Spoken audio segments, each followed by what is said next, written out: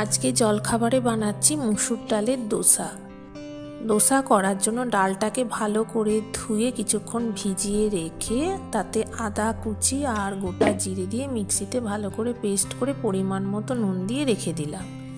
এবারে বানাবো গার্লিক চাটনি। ধনেপাতা, কাঁচা লঙ্কা, রসুন, গোটা জিরে, নুন দিয়ে ভালো করে পেস্ট করে নেব। ভালো করে পেস্ট মানে মিহি পেস্ট করব না, একটু কচা ভাব রেখে দেবো।